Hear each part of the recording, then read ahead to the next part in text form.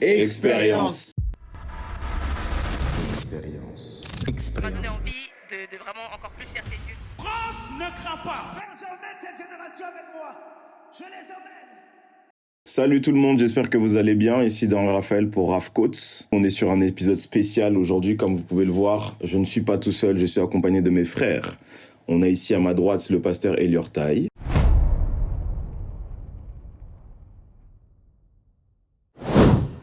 Salut tout le monde. Et à ma gauche, on a également Joël Taï.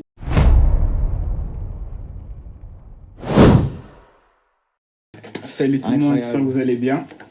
On vous l'avait dit, épisode spécial pour les derniers épisodes de Raf Coats. On est en train de faire quelque chose de big. Épisode spécial aujourd'hui. On va parler d'un événement qui a eu lieu en début de mois, qui n'est pas des moindres. On parle ici de PDG Expérience 5e édition. Yes. Gloire à Dieu pour ça. C'était un événement extraordinaire. Yes. Extraordinaire en présence de Dieu, extraordinaire en parole, extraordinaire en onction, extraordinaire en puissance, extraordinaire même en worship leader, mon Dieu. Ouais. C'était du très sérieux. Du coup, on est là pour débriefer, faire un récap à chaud, à froid, je sais même pas si on est vraiment redescendu en vrai de vrai. Ouais, on est encore en septembre, on est encore dans le mood. Hein. Ouais, je crois qu'on est vraiment dans le mood. Même dans notre communication, en vrai de vrai, on lâche pas. Ouais, on lâche pas, on est là, on balance des trucs, on balance des images. Ouais. Donc on est encore en plein dedans. Mais du coup, les frères, comment est-ce que vous l'avez senti en fait au sortir de cet événement? En vrai, à la fin de l'événement, j'ai peut-être mis 3-4 jours à m'en remettre, à atterrir. Et jusqu'aujourd'hui, j'ai l'impression que j'ai des séquelles. C'est bizarre, hein. Ouais. J'ai des séquelles un peu. Joël, toi aussi, c'est la même chose? Et c'est exactement la même chose. Je crois que j'ai pris pareil 3 jours à atterrir. 3 jours où t'es là, encore dans les kilomètres. Je pense qu'on va en reparler. C'est sérieux. Mais t'es en full prière. C'est genre t'es en mode on l'a fait, tu reçus, tu dis ah mais il y avait ça aussi. Clair. Et quand juste que tu emmagasines toutes les informations, Ouais. ça prend plusieurs jours. Ouais, ça prend plusieurs jours. Moi-même, c'est pareil. Hein. Je pense que dès le lendemain, en fait, j'avais reçu 2 de nos sisters, Charlotte et Ruth. On les embrasse là où elles sont.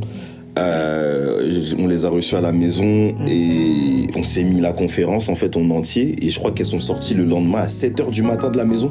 On était là, on discutait, on débriefait, on regardait les gens qui tombaient. Regarde, elle est tombée. Regarde comment tu l'as ramassée. Regarde comment truc. On était là. On a fait un sérieux débrief.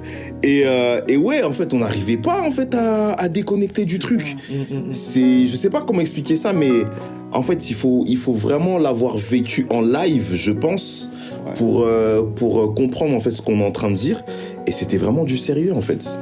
Mais du coup, tu penses que c'est que nous qui l'avons vécu comme ça, ou bien aussi les autres personnes à l'extérieur? Je sais pas si tu as eu des retours, qu'ils ont eu du mal à atterrir, qui étaient encore dans le jus, etc. Sincèrement, pour ceux qui ont participé ou ceux qui étaient en mode ouais, bon, vas-y, je vais réfléchir je vais essayer de passer, et ceux qui sont venus finalement, en fait, ils sont en mode ouais, je regrette pas en fait. Ouais. Franchement, ça fait plaisir de voir que les gens sont bénis. Des personnes qui ont pris la décision de venir peut-être le vendredi même pour le samedi, le samedi même pour le dimanche, ou des fois même le dimanche même pour le dimanche, et qui en ressortent waouh, je suis content d'avoir participé à cet événement. Et c'est un petit peu ça. Mais du coup, pour parler encore de l'événement, on parlait des worship leaders. Les worship leaders, c'est quoi votre ressenti par rapport aux worship leaders? Le travail a été fait, hein. Le travail a été fait. Sur les 3 jours, franchement, tu sens que... déjà, tu sens que les gens, ils ont pris l'événement en sérieux. Ouais, clairement. Tu sens que ce soit la chorale PDG, que ce soit Déborah en worship lead, que ce soit David Izé, que ce soit Pucci. Tu sens qu'il y a un sérieux dans... En fait, ils abordent le truc en se disant, ouais, là, on est là pour chercher Dieu, on est là pour payer le prix, etc. Ouais. Et l'objectif, c'est vraiment orienter les gens vers la présence de Dieu, tu vois. Ouais, clairement. Même avec l'épisode de samedi, vous êtes au courant de ce qui s'est passé avec David Izé. Exact. La liste qui a totalement changé. Donc, on lui donne le micro, il a un temps limité, mais il sacrifie son temps de chant pour conduire les gens dans la prière. Exactement. Travailler sur l'atmosphère. Exactement. Donc, tu sens qu'on était tous ensemble dans la même équipe. Et on était vraiment là avec cette conscience-là que c'est un événement qui est très spirituel, tu vois. Ça, c'est vraiment important à noter parce que, oui, effectivement, David disait, il a changé sa liste, je pense, pendant la session du samedi. On a fait les balances, il avait bien balancé, il y avait ses séquences, il y avait tout ce qu'il fallait. Il y avait son séquences. qui était là. Et c'est ça qui nous a Au pris final, ça nous a pris du temps de fou, on a commencé en retard, mais au final, tout a été changé et il a juste fait un de ses nouveaux titres à la fin, juste histoire de bien atterrir, mais ouais, c'était ouf. Et ce qui est vraiment ouf dans son intervention, je sais pas si vous avez suivi, c'est qu'il fait 24 minutes où il fait que de parler. Exact. Dans 24 minutes, il fait que de prier, de parler. On m'a dit pendant 10 minutes, il a décrit qui était Dieu. Ouais, il faisait des phrases sur la soif. Exactement. Il a parlé de la... Ouais, c'était fort. Il a dit, Bethesda n'est pas un jacuzzi. Ouais, non, franchement, c'était... Et c'est là où tu vois que les gens, ils sont pas venus pour leur intérêt personnel. Yes. Ils sont venus vraiment pour la gloire de Dieu. Donc, même si, en gros, on chante pas ses chants à lui, l'essentiel, c'est que... Le travail soit fait. Ouais, c'est ça. Le travail soit fait. Clairement. Pour passer vraiment à ce qui, je pense, nous a tous marqué, il faudrait qu'on parle peut-être de la préparation de PDG Expérience. Pardon. J'ai encore des séquelles, les amis. Toujours des séquelles aussi. J'ai eu du mal à recommencer à manger après ça. Mais moi aussi, j'ai du mal encore. Je culpabilisais de manger avant 18h. Ma parole. Mais clairement, moi-même, j'ai du mal, et je crois que j'en parlais encore à ma femme il y a quelques jours, je disais, mais j'ai du mal, en fait, à manger. J'arrive pas. Moi, j'essaye parce que mon corps, je sens qu'il est fatigué. Ouais. Je sens que... Genre, j'ai des petits coups de boost, mais genre, j'ai l'impression qu'il y a comme une fatigue. Générale. Ouais. Général. Il y a un shutdown général. Moi aussi, je le sens. J'essaie de m'efforcer, et puis même, j'essaie de reprendre les habitudes, partir à la salle tôt le matin, etc. Mais en fait, je peux pas me lever à 6h pour aller à la salle. Sinon, en fait, je tue ma journée. Ouais, Clairement. donc, grosse prépa, beaucoup de pression, beaucoup de... Ouais, grosse prépa, parce que déjà, c'est une longue prépa. Ouais. Très long. Genre, c'est vrai que les délais étaient courts quand on s'est fixé l'événement. Ouais. Entre le moment où on s'est fixé l'événement et l'événement. Clairement. Mais en vrai, 40 jours intenses, c'est long. C'est très long. Sur le moment, tu le sens pas forcément. C'est ça. Tu le sens sur les derniers carats, je pense. Je pense que derniers carats de la quand tu dépasses les 25 Les jours, 25 jours, voilà, les 25 jours. Aïe, aïe, aïe, aïe, aïe, aïe, Quoi aïe. qui part, et surtout qu'on est en été. Donc On est en on relise été. tous nos projets de vacances, tous nos projets d'été. Pour préparer l'événement. Tout ça juste pour l'event. donc c'est lourd physiquement. Ouais. Genre, tu le sens au bout d'un moment, mentalement, Ouais. Exact.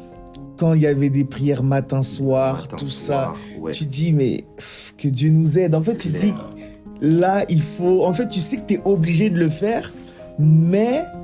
Genre, des fois, c'est les mêmes sujets. On revient sur les mêmes sujets, on insiste. Tu vois. Merci d'en parler. Merci d'en parler. Mentalement, des fois, ça peut te prendre. Tu dis, mais finalement. Qu'est-ce qu'on fait?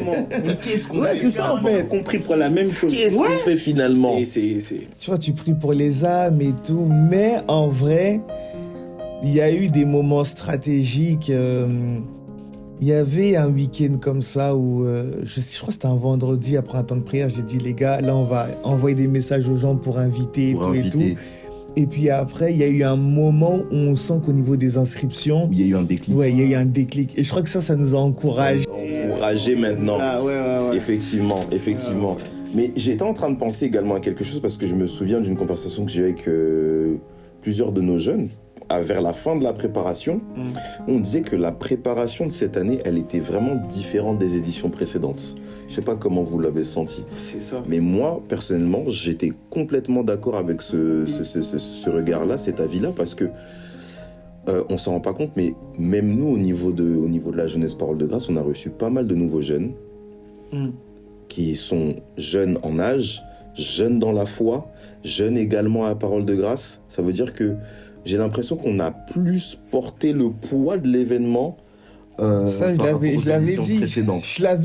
Je l'avais dit, c'était prévisible. Mais en vrai, moi, je savais que c'était un prix qu'il fallait qu'on paye. pour montrer l'exemple, aider cette nouvelle génération. Et aussi parce que l'événement était aussi pour eux, en fait. Clairement. Donc, c'était un double travail qu'on faisait. Et on sentait tous que cette édition inaugurait comme quelque chose de nouveau par rapport à ce qu'on a connu de PDG Expérience. C'est réel. Ça, on le sentait tous. On sentait que c'était un défi aussi. C'est réel. Parce là, on voulait pas faire les choses comme avant. On voulait pas être dans la continuité. On voulait que ce PDG Expérience soit unique et qu'il inaugure une nouvelle manière de faire, une nouvelle génération, etc. Ouais. Donc ça, c'était un véritable défi. Donc du coup, on a dû porter certaines charges, enfin la charge des autres en fait, pour les aider, pour leur donner le goût. Mais c'est pendant l'événement qu'ils se sont dit, en fait, c'est bien de servir Dieu. Exactement. Alors que tout du long, il a fallu qu'on court après eux. Ah, purée. Et tu les vois danser devant et tout. Ils sont contents de servir. Mais je dis, mais c'est pas toi qui... D'ailleurs, j'en avais arrêté une, là. Je vais pas citer son nom. J'ai dit, mais c'est pas toi qui disais, ouais, mais vous êtes trop nostalgique et tout. J'ai dit, mais toi, t'étais où pendant la préparation, toi? Je t'ai pas vu, hein. Et ce qui est intéressant aussi, c'est qu'il n'y avait pas que la préparation spirituelle, parce qu'on était dans tellement de pôles au même moment. Il y avait tellement de préparation au final. Il y avait tellement de préparation. Il y avait la préparation du coup musicale, nous du côté de la chorale. Donc toi aussi, tu as pris la guitare. Il y avait la préparation de l'organisation, de la budgetisation, de la coordination. Les invités. Et du coup, en fait, on était en full PDG Expérience. Clair. Et je me suis rendu compte qu'à un moment donné, ma tête réfléchissait, pensait PDG Expérience, et mon rythme de vie était totalement aligné. Même avant de dormir, tu penses PDG Expérience. Même avant de dormir.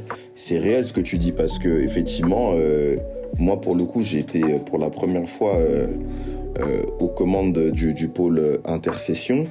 Ça veut dire que quelque part, tu dois préparer en fait quelque part quand tu interviens pendant les prières générales, mais aussi tu dois également capter également ce qui est en train de se passer au niveau spirituel en tant qu'intercesseur pour l'événement. Et même quand tu coordonnes une équipe comme ça, il faudrait que tu sois même un peu plus proactif et les encourager à avoir vraiment les yeux ouverts sur ce qui est en train de se passer. Et effectivement, la préparation, elle était vraiment intense de chez intense. Et puis après, on avait effectivement des deals avec les artistes. Il faut gérer les artistes et tout, parce qu'il y a cette phase également un peu événementielle, projet, où, tu vois, il faut bien les accueillir dans les bonnes conditions et être vraiment de bons ambassadeurs pour l'église. Et au bout d'un moment, tu commences à te poser des questions. C'est, mais qu'est-ce que je fous là, quoi? C'est vraiment, qu'est-ce que je fous là? Je pense que ça arrivait plus d'une fois. Hein. Ouais, clair. De se dire, mais finalement, on fait un truc, mais qu'est-ce qu'on fait finalement? Je te jure. À quoi on s'attend? Qu'est-ce qu'on prépare? Ma parole. Pour autant de sacrifices. Mais du coup, effectivement, pour en parler, c'est quoi votre ressenti quand vous arrivez sur les lieux dans lesquels va se tenir cette conférence de 3 jours? Moi, je pense que j'ai un premier sentiment de soulagement. Ok. Exactement. Moi, j'ai un genre sentiment enfant, on y est? Ouais. En fait, c'est pendant qu'on t'agite la carotte, on dit, tu vois la carotte, tu vas finir par la manger, tu vas la manger. Au final, il faut maintenant manger. C'est vrai qu'il y a le trac dans le sens, Seigneur, on y est. Mais au bout d'un moment, c'est enfin. On deal avec ce pourquoi on est en train de prier, tu vois? Sinon, ok. On a saturé. Exactement, t'es saturé, tu dis nous là-bas. qu'on en finisse. Moi, c'est enfin on y est. Tu vois, enfin on y est. Et je me souviens que par exemple là, quand on prie, on fait la prière des ouvriers, et que je demande à tous les ouvriers de mettre les mains sur les murs. C'est symbolique. Fort. Tu vois? C'est parce que là, tu palpes du doigt ce pourquoi t'avais prié, tu vois? Et je pense qu'au début, les gens, ils ont dû me voir comme un fou, en mode, qu'est-ce qu'on va aller toucher les murs, tu vois? Il a pété les plombs, tu vois? Pourquoi on va toucher les murs? Mais au final, quand tout le monde a posé les mains, que les gens ont commencé à prier, tu sens que là, la ferveur, elle est montée. Tu sais, tu commences à sentir l'adrénaline, tu sens les gens crier, tu vois? On y est. Père, c'est aujourd'hui, s'il te plaît. Mais oui, parce qu'au final, tu réalises, tu palpes du doigt ce pourquoi tu étais en train de prier pendant 40 jours. Lorsque je suis arrivé, je me suis dit, ok, là, c'est le moment de tout donner. Clair. Donc là, on y est, c'est le moment de tout donner. Clairement. Même comment je parlais aux équipes, je parlais vraiment comme si on était au foot. Ouais. J'ai écouté, là, les gars, c'est la finale, c'est la Ligue des Champions. Et on a payé le prix, on s'est préparé, tout ça, let's go. Et on y va, on donne tout. Et il y a une adrénaline de... Je sens Dieu avec moi. Totalement. Genre, je sens Dieu avec moi. Totalement. Cette adrénaline-là, quand tu rentres dans la salle, et que tu sens Dieu avec T'es toi. chargé. C'est fini. C'est fini. T'es chargé. On a prié également pour ça, que les gens, lorsqu'ils rentreront dans la salle, ils sentent la présence de Dieu. Et gloire à Dieu, on a aussi des retours qui vont dans ce sens-là. Quelle a été ton impression après cette soirée à PDG Experience? Waouh. Ça m'a donné envie de vraiment encore plus chercher Dieu.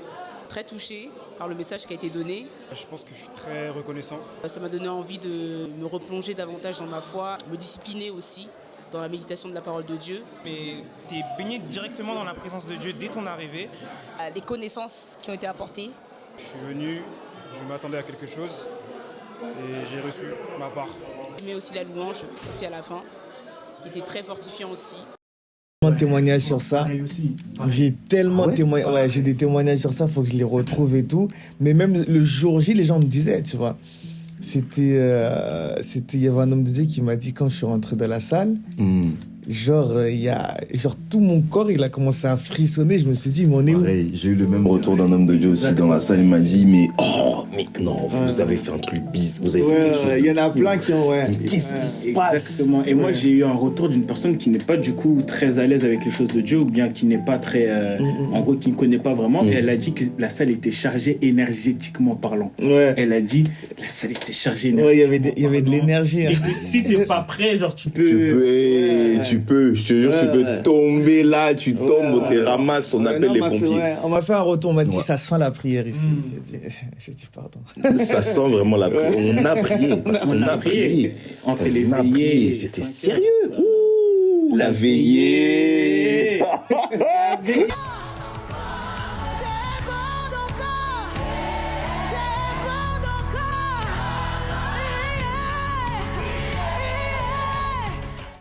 La veillée. Non, parlons-en quelques minutes quand même de cette veillée.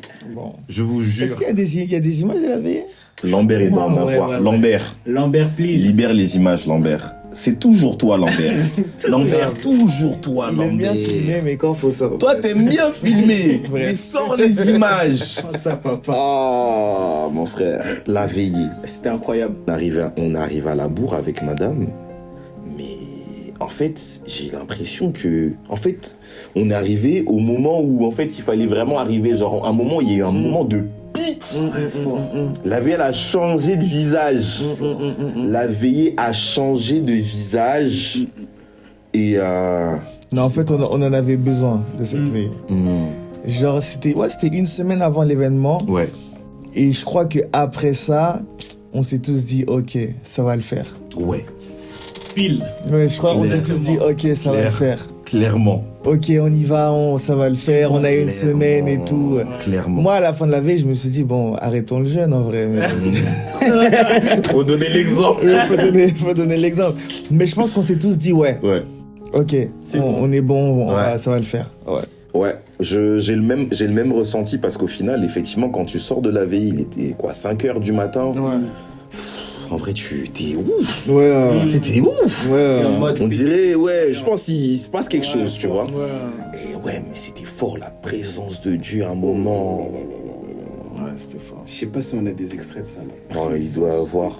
Moi, je suis tombé sur le WhatsApp d'une de nos sœurs.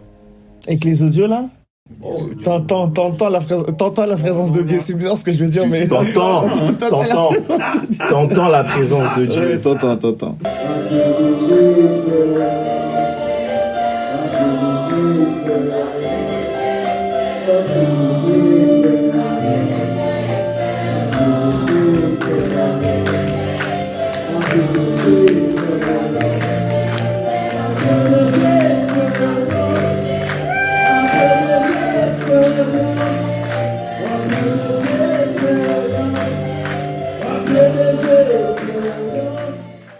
Ouais, t'entends. T'entends la présence de Dieu. Ouais, t'entends. Et en fait, témoignage personnel, à un moment on chante et j'ai l'impression que il y a quelque chose en moi qui s'éteint. Genre, je crois que c'est ma conscience qui s'éteint.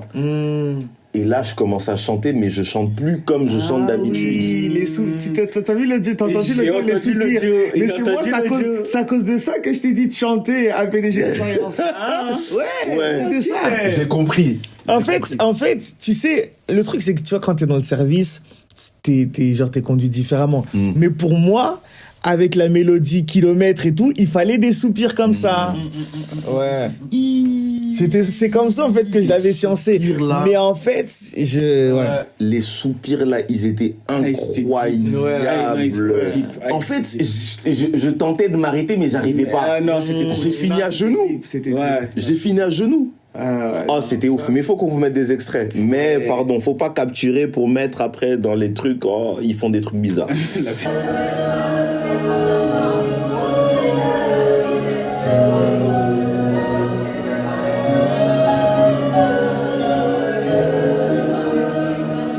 C'est dans la présence de Dieu. Ils vont entendre des grognements. Je te jure. Ok, pour parler de nouvelle génération, comme l'a dit Pasteur Elior, il y a quelque chose qui s'est passé pour cette nouvelle édition de PDG Expérience, cette 5e édition de PDG Expérience. C'est ce qu'on a appelé les NG. Les NG. Est-ce que, Pasteur Elior, tu peux nous en dire un peu plus sur ce que c'est ou ce qu'a été les NG? Ouais, l'objectif, c'était au-delà d'avoir, j'allais pas dire les prédicateurs classiques, mais au-delà d'avoir des visages qu'on connaît, présenter, on va dire, des nouveaux visages de la maison. Qui allaient travailler, qui allaient avoir des espaces pour pouvoir apporter la parole, prier avec les gens, conduire des temps d'adoration s'il faut, etc. Mais c'était vraiment un espace qu'on a mis en place pour présenter les nouveaux visages et expliquer justement cet aspect de transition dans laquelle on est et dire que voilà, il y a une réserve aussi qui est là. Il y a ce qu'on fait, il y a comme l'ADN en fait qui est là et donner vraiment des opportunités aussi. C'était ça le truc. PDG Expérience, c'est vrai que ça rassemble pas mal de personnes et c'est aussi une bonne occasion de mettre en avant certains profils, donner des opportunités, etc. Donc c'était ça l'idée de base. Et non, je rends grâce à Dieu parce que ça s'est super bien passé. Mais c'était vraiment donner cet espace-là, expliquer qu'il y a des nouveaux visages qui vont continuer à apparaître, etc. Et je pense que c'était ça le gros du truc, tu vois. Mais est-ce que tu avais par exemple des attentes particulières vis-à-vis du coup de ces prédicateurs qui allaient passer au vu, peut-être parce que c'est la 5e édition, on revient après 2 ans. Est-ce qu'il y a une différence en fait? Est-ce que les attentes que tu as eues cette année, elles sont arrivées juste cette année, mais c'est peut-être quelque chose que tu avais dans les années précédentes mais qui ne pouvait pas être encore manifesté? Comment tu l'expliques? Non, en tout cas en ce qui concerne en fait ce concept-là de nouvelle génération, franchement les années précédentes ça m'était pas venu. C'était vraiment ok, on va marquer le coup. Et comme j'ai dit, on est comme en train d'initier quelque chose de nouveau, même si c'est la 5e édition. Donc pour marquer le coup, c'est l'une des premières choses qui est venue dans mon esprit, tu vois. Donc je me suis dit ok, vas-y, on va faire ça et tout. Et j'avais pas forcément d'attente. En termes de performance, de résultats et tout. Moi, ce que je voulais, c'était que les personnes puissent puissent manifester ce qu'elles sont. C'était vraiment ça. Donc, je m'attendais pas à un truc que tu ressembles à un tel, que tu fasses comme ceci, que tu fasses comme cela. Mais c'était vraiment sois toi-même et manifeste ce que Dieu a mis à l'intérieur de toi. Bien sûr, il y a une ADN qui est rattachée à tous les enfants de Parole de Grâce, etc. Mais l'objectif, c'était vraiment que chacun soit dans son couloir et que chacun travaille dans son couloir. Et c'est ça qui allait emmener aussi l'harmonie par rapport à l'événement et l'équilibre aussi par rapport à l'événement. L'ADN, c'est ce que je retiens de ça, c'est l'ADN. L'ADN. En fait... pour sans transition, on a le premier intervenant du coup de ces NG, c'est le serviteur Joël Taille. Comment est-ce que déjà, avant même qu'on puisse... c'est lui.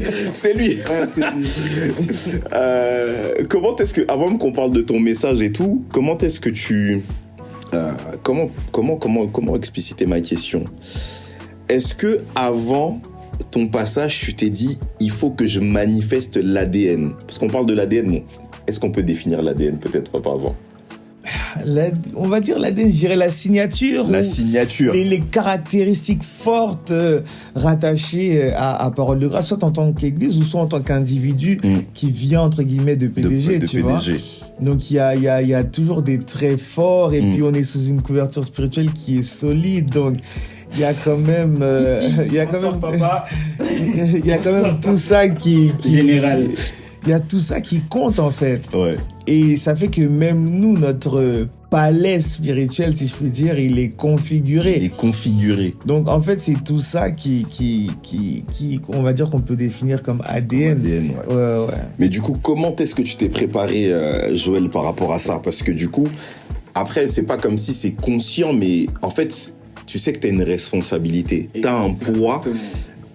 Pour ne parler que de toi, je pense que quelque part, tu t'es dit, bon, là, le père, il est pas là, mais assurément, soit il suit le live, soit il va suivre en rediffusion. Donc, comment est-ce que tu te dis, et en fait, là, est-ce que tu es en mode, bon, je dois manifester, mais c'est quand même là, c'est l'examen, en fait. Là, c'est le bac, là, je présente, je défends, c'est ma soutenance, là. Et là, c'est l'événement le plus connu. C'est l'événement le plus connu de l'Assemblée. Exactement. Et pour être honnête, je stressais énormément par rapport à ça. C'est pas... En fait, c'est même pas un stress en mode est-ce que t'en es capable. C'est plutôt un stress des responsabilités.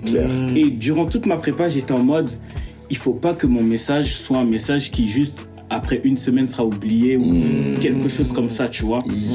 Parce que notre père nous a habitués à laisser des messages impactants qui ont pour vocation de changer la vie. Totalement. Et du coup, même quand j'ai reçu le passage de Dieu et quand Dieu m'a donné le passage, je lisais la Bible, je méditais. Et à un moment, je me suis dit, Saint-Esprit, s'il te plaît, ouvre-moi les yeux comme tu l'as ouvert pour mon père. Est-ce que vous connaissez... Il y a une phrase, en plus je me la ressassais tout à l'heure, une phrase que papa dit souvent, enfin qu'il a eu à dire, mais qui m'a marqué et qui, du coup, quand je prépare un message, j'ai peur. Ma théologie est correcte. J'ai vérifié. Ma théologie est correcte. Mais tu sais que ça... c'est rentré dans ma tête. C'est-à-dire que quand t'as la révélation, toi, t'as filtré. Est-ce que ma théologie, elle est correcte? Tu sais, je partais sur des trucs, je filtrais, je refiltrais, je regardais le vrai sens du mot en hébreu pour être sûr que c'était exactement le bon truc. Je sais pas si tu vois ce que je veux dire. Bien sûr. Et comme on le disait plus tôt, dans la préparation, on était tellement scindés entre plusieurs pôles. Exactement. Que même le focus, il était super difficile. Bien sûr. Cette année, bien sûr. Le focus, il était super difficile. Bien sûr. Et donc, moi, dans ma préparation, ça a été beaucoup de prières. Et comme on le disait, c'est genre des temps où tu te prépares à 100%. Tu pries des je sais pas combien d'heures, des nuits, mais tout ça pour 20 minutes de temps. Totalement. Et je pense que c'est ça la mentalité et l'ADN PDG, c'est que peu importe l'espace dans lequel tu auras annoncé la parole, tu dois rendre le meilleur. Tu dois rendre le meilleur et être le plus précis, le plus correct. Ouais. Et c'est vraiment quelque chose que notre père spirituel nous a donné, hein. C'est la prière déjà. Je me souviens d'une parole qui m'a toujours marqué, en fait, c'est quand on a commencé à parler du service et tout, il m'a clairement fait comprendre également que il me regardait vis-à-vis de ce que je faisais. Il m'a dit, il faut que tu sois un homme de prière. Tu dois être un homme de prière. Et tu dois beaucoup lire la parole de Dieu. Ça veut dire que ça, on peut pas donner toutes les clés du père aussi comme ça à la télé. Mais on sait qu'un homme ou une femme, peu importe, qui se tient sur l'autel, il doit avoir un temps de préparation sérieux. Minimum. Combien d'heures, on vous dira pas, mais minimum. Avant de te tenir sur l'autel. Avant de te tenir sur l'autel, il y a un minimum. Il y a un certain nombre de kilomètres. Si tu les as pas parcourus, you are joking. You are joking. You are a joke. Yeah. Donc on sait à quoi s'attendre, papa. Je pense que c'est aussi en fait, je pense que c'est une bonne chose. Tu vois, on a la crainte de l'autel. Yes. Ouais, exactement. Genre on a cette crainte, cette révérence où, tu vois, aussi c'est ce qu'on a vu, tu vois, tu peux pas monter pour dire n'importe quoi, tu peux pas monter pour jouer avec la vie des gens, pour faire des blagues, pour parler de toi. En fait, tout ça nous donne une forme de révérence par rapport à l'autel et on se dit, ok, lorsqu'on doit parler, Genre, on doit vraiment prendre la chose avec un très, très grand sérieux. Comme si ta vie en dépendait. Ouais, je pense que c'est ce côté-là de sérieux. Tu vois, on prend la chose au sérieux. On se dit pas, je veux juste monter, c'est un événement de jeunes, ceci, cela. Clairement. On prend le truc au sérieux, tu vois. Ouais, je pense que c'est ça. Gloire à Dieu pour ça. Merci, papa. Merci, papa. Général. Donc, voilà. Bon, Betsalel, Joël Taï, j'aimerais juste reprendre rapidement quelques passages de ton passage. Bah déjà, le thème, génération prophétique pour impacter la moisson. C'est ça. Regarde comment tu commences avec nous, Joël, sérieusement. Moi, quand j'ai vu le truc, j'ai quitté la salle. J'ai dit, vas-y. J'ai dit, vas-y. Vas-y, lui. Génération prophétique pour impacter la moisson. Mon Dieu. Pile. En gros, le focus, c'était vraiment que PDG Experience, ça reste un laboratoire. Ça reste juste un endroit où on reçoit pour la moisson. Yes. Et c'est l'éducation qu'on a toujours eue pour PDG Experience. Clairement. Ouais, Donc c'était très important de recadrer ces choses-là. Que certes, nos vies sont restaurées, certes, on passe des temps dans la prière, mais derrière, il y a des gens qui attendent leur visitation, qui sont dehors. Il y a une grande moisson en fait. Et du coup, génération prophétique pour impacter la moisson. Un passage une petite citation. À chaque fois que Dieu veut faire quelque chose de nouveau, il révèle une nouvelle facette de sa personne. Exactement. Dis ça. C'est toi qui as dit ça. Oh, à quel moment? À chaque fois que Dieu veut faire quelque chose de nouveau, il révèle une nouvelle facette de sa personne. C'est ça. Donc, en fait, sur ce point-là, dans la dimension prophétique, parce que dans l'Ancien Temps, il y a toujours eu des prophètes. Et en fait, le rôle des prophètes, même quand on voit Moïse, même lorsqu'il révèle les tables de la loi et toutes ces choses, c'est qu'en fait, il révèle une facette de Dieu. Donc, il révèle une facette de Dieu que Dieu voulait montrer à Israël. Et du coup, tous les prophètes ont eu à révéler certaines facettes de Dieu, même le prophète Élie, devant les prophètes des Baals, jusqu'à aujourd'hui, le Dieu qui répond par le feu.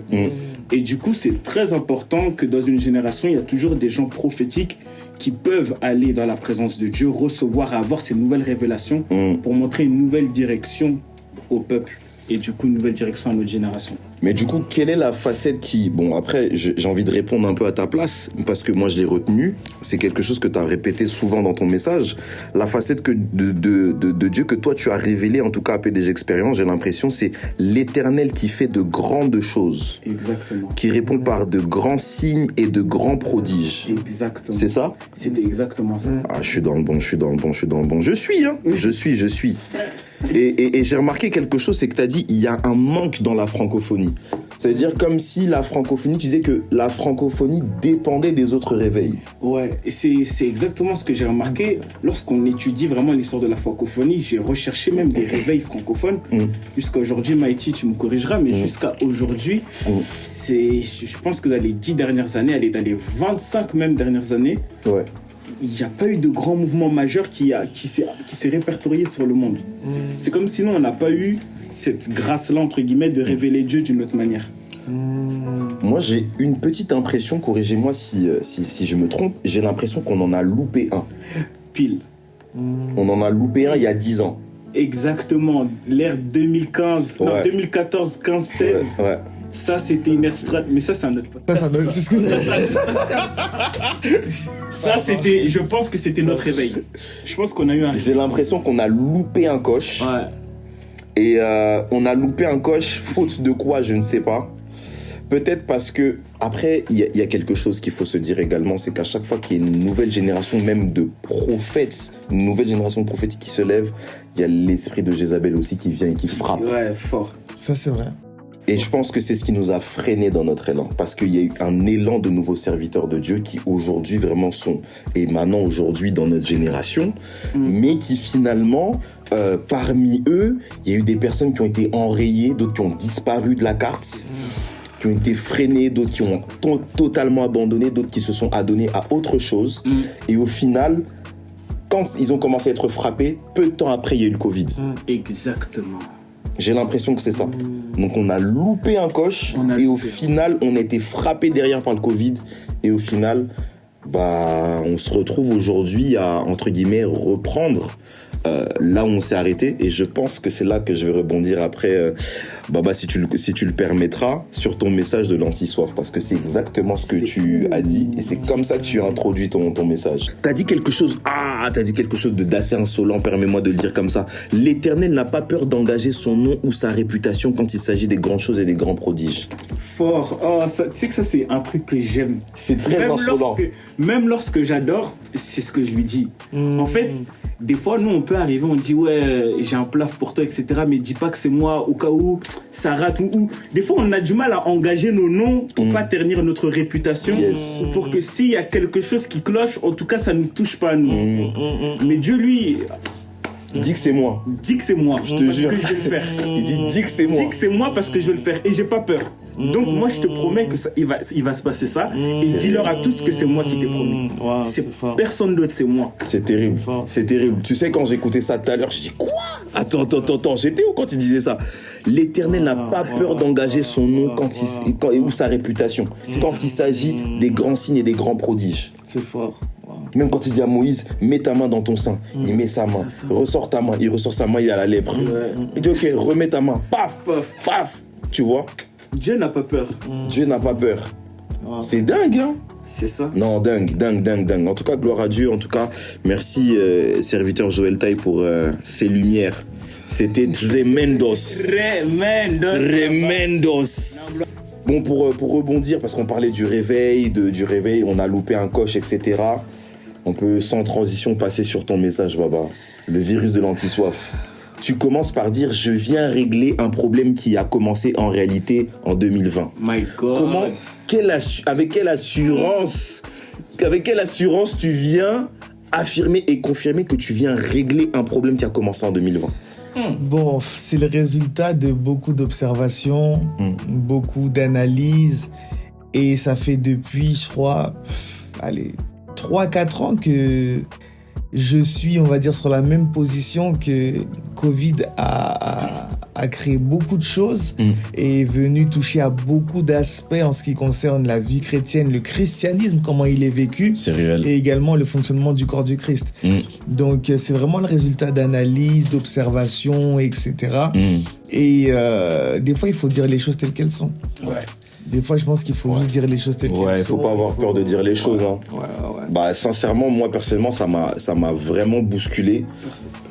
Parce que, après, moi, personnellement, j'étais au niveau de l'intercession du protocole. C'est-à-dire que moi, les messages, je les écoutais un peu comme ça, mais quand je me suis posé, déjà pour préparer l'épisode, mais aussi pour vraiment réécouter la conférence, je me suis rendu compte que non, c'est terrible de commencer comme ça. Je viens régler un problème qui a commencé en 2020. Et tu intitules ton message, le virus de l'anti-soif. En quelques mots, comment est-ce que tu définirais ce message? Ben en fait, justement, le premier jour, j'étais venu un peu, on va dire comme un docteur, un médecin qui vient analyser un corps. Et du coup, voilà, en faisant l'analyse, je regarde que, il y a tel virus qui s'est introduit, ça fait tant de temps qu'il est là, il a su se développer, il a su... et tels sont les symptômes, etc. Donc vraiment, l'objectif, c'était de présenter la situation, les symptômes, afin que les personnes puissent se rendre compte des effets visibles de ce virus. Peut-être qu'ils vivent les effets sans être conscients que c'est un virus. Ok. Et du coup, expliquer pourquoi Dieu veut traiter ce virus. Et ensuite, qu'est-ce que Dieu veut faire derrière ça et quel est l'objectif de Dieu par rapport au corps, à ce même corps-là qui est affecté par le virus. Tu fais bien de parler de médecins et de docteurs parce que tu nous as également subjugué par des termes scientifiques. Justement, l'hypothalamus qui parfois est victime de certains placebos, d'éléments qu'on vient justement apporter à notre corps, qui viennent justement mentir à cet hypothalamus que l'on a bu ou que on a répondu à la soif. Ouais, ça c'est l'un des éléments qui m'a le plus touché, même lors de la préparation. Déjà parce que la nature nous enseigne. Yes. Et c'est important d'emmener une certaine intelligence dans ce qu'on apporte, etc., faire des parallèles. Et parce que en fait, c'est quelque chose qui touche notre génération, mais Vraiment, je crois que c'est l'un des plus grands symptômes qu'on a. Ok. Donc j'avais expliqué que l'hypothalamus c'était un peu comme le récepteur qui signalait que voilà on avait besoin d'eau, etc. Maintenant, quand tu bois autre chose que de l'eau, et ben ton hypothalamus, comme tu as fait rentrer un liquide, et ben pour lui il est abreuvé entre guillemets. Il se dit ok, la personne elle a bu, donc plus besoin que j'envoie le signal. Mais le problème c'est que dans l'autre chose que tu as bu, il y a des composants comme le sucre ou des trucs qui activent une autre partie de ton cerveau rattachée à la dopamine. La dopamine. Et du coup, il y a non seulement ton hypothalamus qui est berné, entre guillemets, mais ta dopamine qui commence à s'activer. Et il y a des soifs qui ne sont plus le résultat de l'hypothalamus, donc qui a pour but d'avoir de l'eau, mais qui deviennent le résultat de la dopamine, qui veut du sucre et qui veut d'autres choses pour avoir le sentiment de récompense. Non, c'est fort. Et du coup... L'intelligence. Et spirituellement, c'est la même chose. On a besoin de l'eau de vie qui est Christ, qui est la parole, etc. Mais en fait, on peut nous faire boire quelque chose qui n'est pas de l'eau. Et nous, on pense que, en fait, on est rassasié, ou en fait, c'est ça la vie chrétienne. Mais pendant qu'on pense que c'est ça la vie chrétienne, il y a la dopamine qui se réveille et notre sensibilité par rapport au vrai évangile, aux vraies choses de Dieu, à la vraie présence de Dieu diminue. Et on devient des chrétiens qui marchent sur l'excitation, la motivation, les récompenses, plutôt que d'être des chrétiens qui marchent selon Dieu, qui vivent l'évangile pour leur santé spirituelle. Et c'est là que tu as parlé effectivement que les chrétiens aujourd'hui sont plus touchés et sont plus conduits par les influenceurs plutôt que par les intercesseurs. Terrible. Ouais. Mighty. Ça, Tremendos. Mighty. J'écoutais ça hier, j'ai dit mais c'est pas possible, mon Dieu. il faut pas le prendre mal. Hein, L'église a besoin, n'a pas besoin des influenceurs, mais des intercesseurs. Bon, on a besoin de vous, les influenceurs. Faut pas le prendre mal. Faut pas le prendre mal. Calma, calma. Les influenceurs, big up à vous.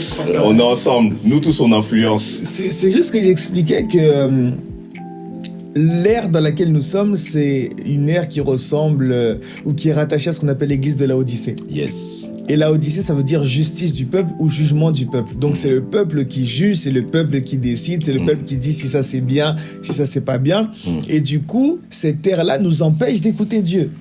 Alors naturellement, si c'est le peuple qui tranche et qui dit ce qui est bon, ce qui n'est pas bon, ben on va chercher des gens que le peuple suive pour finalement les mettre en avant et leur dire de les influencer en fait dans le discernement de ce qui est bien et de ce qui est mal.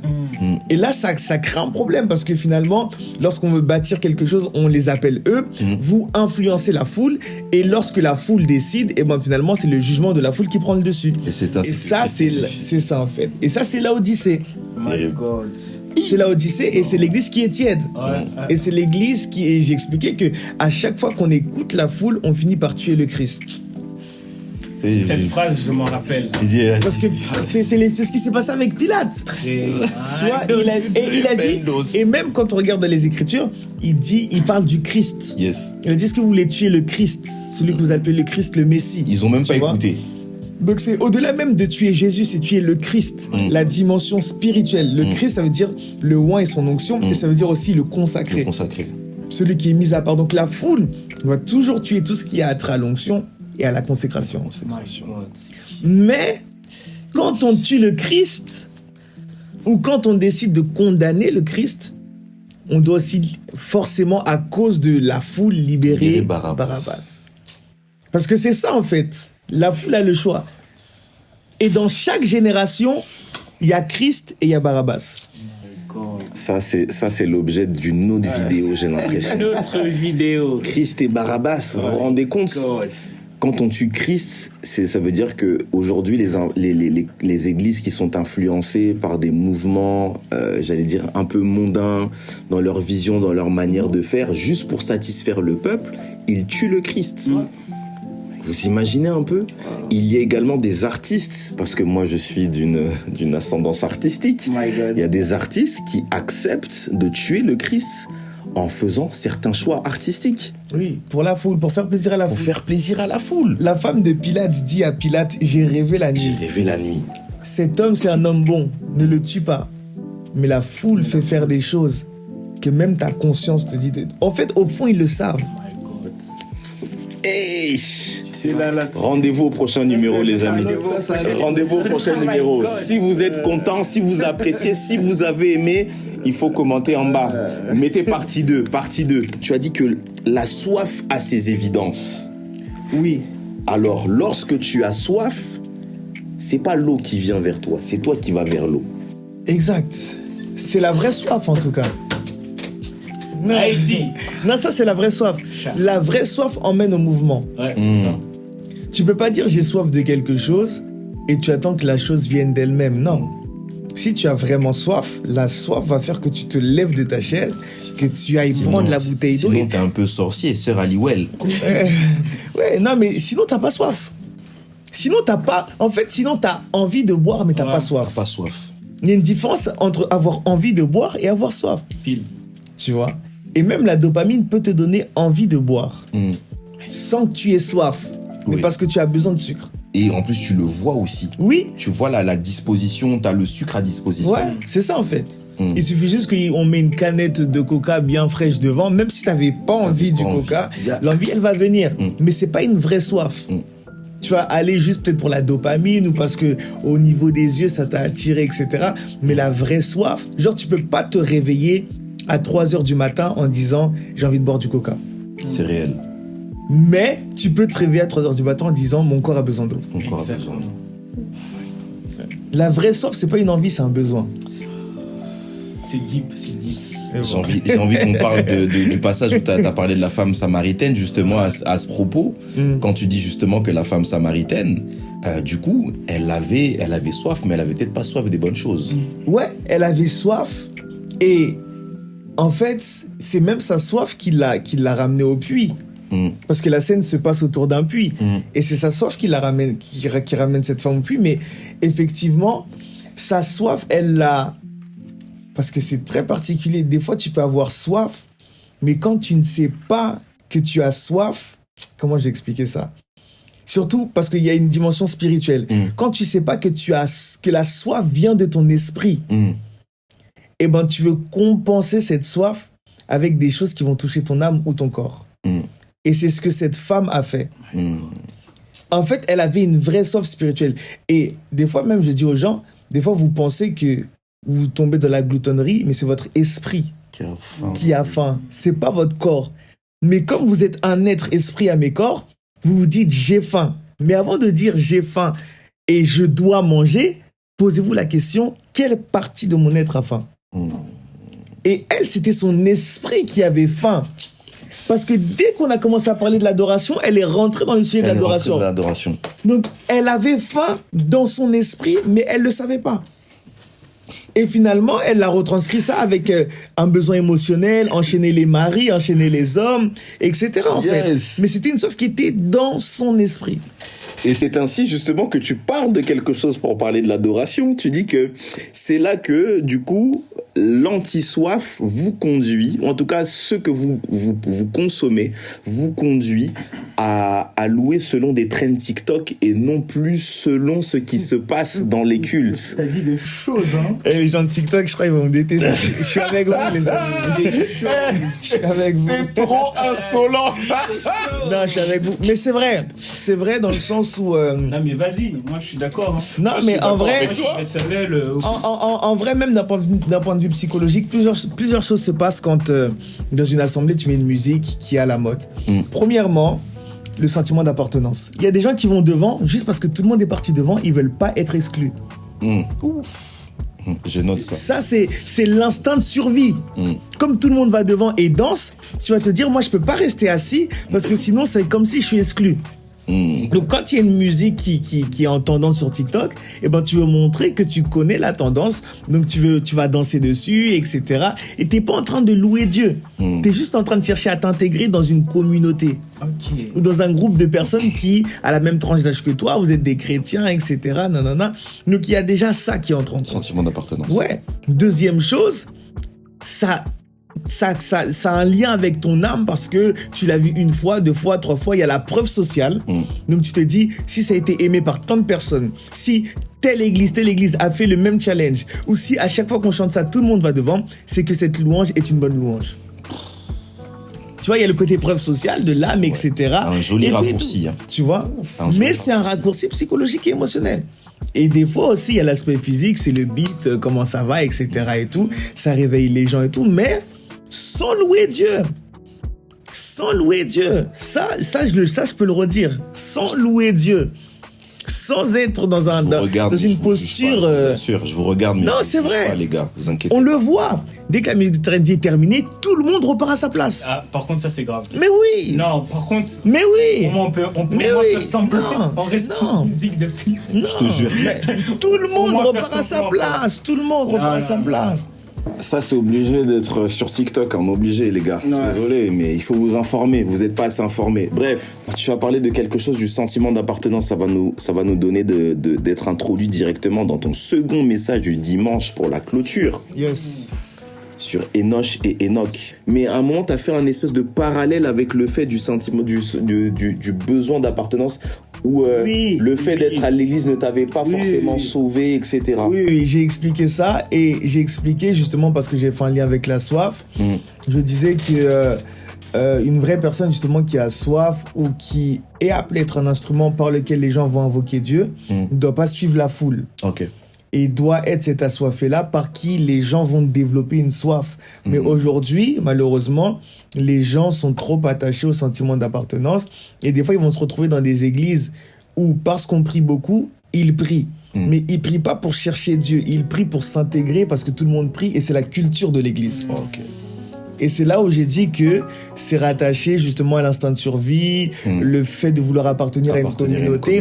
Et c'est dangereux parce que même les animaux le font en fait. Les animaux, par instinct de survie, par exemple, tu peux pas être hors de la meute. Ouais. Et donc si toute la meute fait ça, toi aussi tu dois faire ça même si c'est pas ta nature. Et ça tue. Les animaux, bêtes des champs. Bête des champs. J'avais le raccourci. Dans le bon. Ouais, non mais c'est ça. Et donc finalement, il y en a plusieurs qui des fois se brident ou des fois ne manifestent pas leur vraie soif, juste parce qu'ils veulent rentrer dans un moule en fait. L'invocation du nom de l'Éternel s'était arrêtée après la mort d'Abel. Ouf. Mais t'as dit quelque chose d'intéressant. T'as dit, c'est pas qu'elle s'était complètement arrêtée. C'est juste qu'on considère l'invocation de l'Éternel à partir du moment où ce n'est pas les pères qui invoquent, mais plutôt les fils.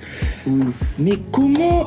Seigneur, est-ce qu'on lit la même Bible, mon Dieu? Mais vous avez juste à voir dans le livre des Juges, à chaque fois, il y avait une génération qui invoquait Dieu et la génération d'après n'invoquait pas Dieu. Il suffisait juste que la génération parte et puis la génération suivante rentre dans une décadence, etc. Yes. C'est pour ça que j'ai dit qu'on ne considère pas qu'une génération invoque Dieu tant que et les pères et les fils ne sont pas en train d'invoquer Dieu. Vous savez ce qu'il vous reste à faire, les gars. Mais oui. T'imagines, ce sont les pères qui, eux, ont connu Dieu. T'imagines, ce sont les pères de 50 ans, 60, 70 qui sont en train d'invoquer Dieu et nous, on n'invoque pas Dieu. Nous, on n'invoque pas Dieu. Ça sert à rien. C'est-à-dire que dans cette génération, personne n'invoque Dieu. C'est la génération d'avant qui est toujours présente dans notre génération. Mais ce n'est pas notre génération. Exactement. Les fils, où sont les fils? Je pense qu'on a le thème de l'année prochaine. Où sont les fils? Oh, praise the Lord. On va parler de... le regard des autres, parce qu'on parlait du sentiment d'appartenance. Tu as dit, au-delà du jeûne et de la prière, Dieu t'a appelé, toi, personnellement, à mourir au regard des autres. Ouais, et c'est même... Moi, je pense que c'est au-delà d'un appel personnel. Toutes les personnes appelées à travailler dans certains couloirs ou même appelées à être pleinement soi-même, genre, est obligé de payer ce prix du regard des autres. Et écoutez, et vraiment, j'ai reçu tellement de messages par rapport à ça. Il y en a, genre, c'était leur délivrance que je dis ça. Mais bien sûr, beaucoup sont conditionnés. Tout à l'heure, tu parlais que... Tu disais que lorsque Dieu veut faire quelque chose de nouveau, il monte une nouvelle facette. Comment tu fais? Tu vois, il monte une nouvelle facette. Donc, il te montre quelque chose qui n'existe pas dans le temps, dans l'espace-temps dans lequel tu es. Donc, lorsque tu es... En fait, ce qu'il faut savoir, c'est que quand on dit que lorsque Dieu veut faire une nouvelle chose, il te montre une nouvelle facette. Il dit pas, ouais, regarde ma nouvelle facette. il te fait expérimenter des choses. C'est pas juste regarde, il te met dedans. Il prend ton esprit, il lui donne la forme de la facette en question pour que tu ramènes ça dans ta génération. Mais si cette facette, elle est bizarre parce qu'elle est inconnue, tu fais comment? C'est ça. Si tu dépends du regard des autres, C'est ça. tu bloques un mouvement. Et j'expliquais en fait que il y a plusieurs facettes de Dieu qu'on n'a pas vues, pas parce que Dieu ne les a pas libérés dans les hommes, mais parce que ces hommes n'ont pas voulu être libres. N'ont pas voulu se libérer du regard des autres et n'ont pas voulu accepter leur spécificité. Et il faut être OK avec ça. Si toi, ton couloir, Dieu t'utilise dans l'écriture, écrit. Pendant que nous, on crie à haute voix, toi, sors ton carnet, écris, dessine. En fait, sois dans ton couloir pour qu'on puisse voir la sagesse infiniment variée de Dieu. Et permets-moi de rebondir sur ce que tu as dit, parce que tu as parlé de la sagesse infiniment variée de Dieu. Et ce que j'ai bien aimé, c'est que lors de ton intervention, du coup, toi, Dorian, tu as parlé du coup de cette connaissance et de tous les courants de pensée qui peuvent être là, mais qui ne sont pas réellement la vraie lumière. Yes, parce qu'en réalité, il y a comme une espèce de, j'allais dire une dualité, mais un espèce de combat qui se fait perpétuellement au cours des âges, au niveau spirituel. En fait, ce que nous, on vit dans notre ère et à nous, nos pères, dans la foi, l'ont également vécu dans leur ère à eux. C'est ce que Pasteur Brandon, il a dit quand il a parlé de les croisés, Voilà, la guerre sainte et tout, les Templiers, etc. En fait, chaque génération a ses défis. C'est-à-dire que autant le Seigneur appelle certaines personnes, le diable également fait en sorte de pouvoir recruter d'autres personnes. C'est par là que quand j'ai parlé des lumières, par exemple, j'ai dit que la lune, je pense que je vais le répéter, parce que les gens n'ont pas compris. Mais on va encore répéter. La lune ne brille pas d'elle-même. La lune ne brille pas d'elle-même. C'est le soleil qui la fait briller. Comprenez? La lune ne brille pas d'elle-même. Sur TikTok, s'il te plaît. Hein? Non, moi, j'ai pas de souci. La lune ne brille pas d'elle-même. C'est le soleil qui la fait briller. Et c'est ainsi que vous comprenez, que lorsque il y a un ange qui se présente à Marie pour dire que tu portes le Messie en ton sein, Emmanuel, et que même il vient confirmer la prophétie d'Ésaïe, c'est impossible que le même ange qui porte le même nom mais dans une autre langue vienne c'est impossible que le même ange aille voir un autre prophète, un autre homme de Dieu, pour ne pas confirmer quelque part la personne du Messie en question. Vous voyez ce que je veux dire? Parce que si on parle par exemple de cet ange, il vit également avec d'autres anges. Vous comprenez? Ça veut dire que les anges avec qui il vit, ceux qui ont dit aux apôtres, ne restez pas là parce que ce Messie, ce Jésus que vous avez vu monter, il redescendra. Ça veut dire qu'ils ont les mêmes informations dans leur niveau des anges. Bien sûr. Vous comprenez? C'est ainsi que je comprends que soit l'ange dont on est en train de parler a certainement le même nom, mais c'est pas la même personne, soit l'ange en question, c'est un ange déchu. Ou soit peut-être que le récepteur, qui est ce prophète, n'a peut-être pas bien compris ou n'a peut-être pas bien légué la tradition orale. Peut-être que ceux qui ont écouté n'ont pas bien compris. C'est ça. Bon. On va peut-être finir par là. Oui. Lorsque nous prions, nous parcourons des distances spirituelles nous donnant d'arriver dans des lieux spirituels afin de récupérer des grâces et de les amener sur la terre. Kilomètre. Kilomètre. Kilomètre.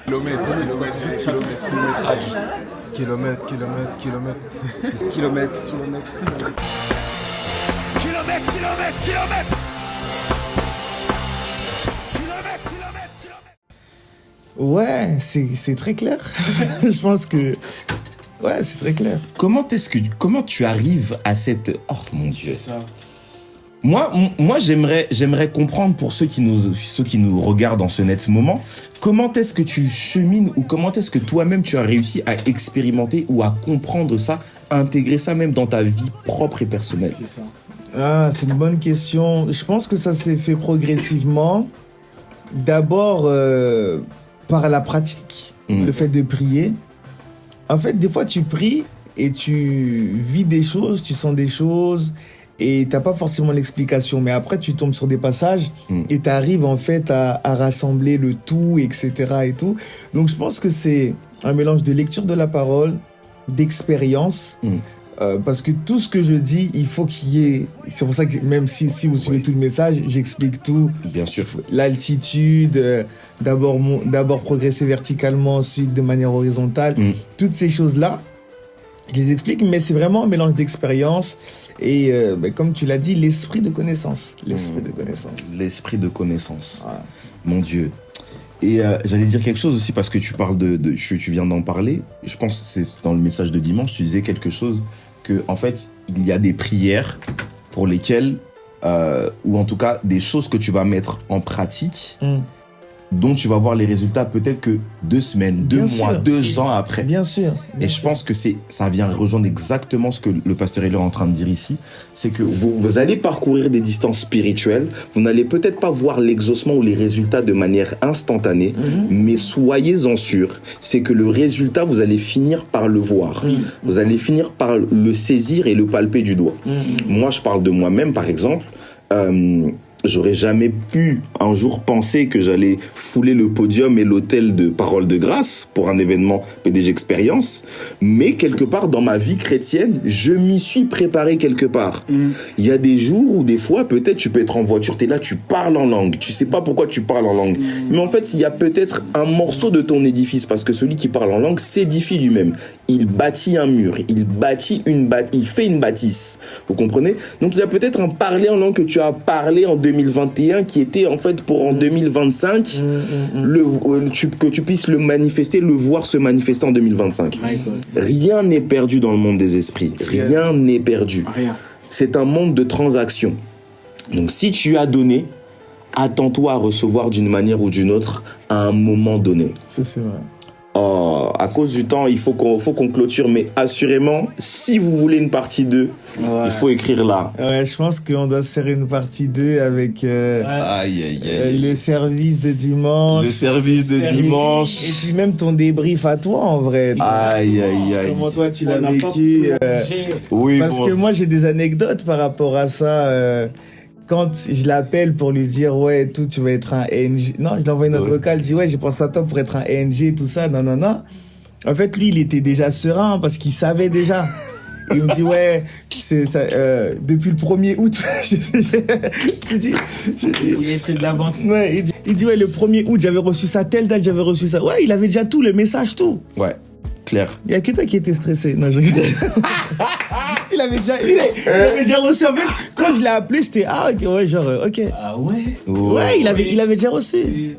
Excusez-moi, je sais qu'on doit clôturer, mais ça veut dire que quand bien même tu avais le message, est-ce que tu avais quand même la pression ou zéro pression du coup parce que tu avais le message? J'en parlais à Baba. Si, il a eu la pression le jour même. Le jour même, ouais. Le dimanche. Le jour même. T'as pas vu comment il était devant pendant... C'est que quand je t'ai vu juste danser, ne serait-ce qu'à la louange, j'ai compris que c'est un gars sous pression. Tu vois pas dans l'adoration devant, à genoux. L'adoration devant à genoux. Tu savais. J'étais par terre. En fait, on parle souvent de ça avec Pasteur Elior.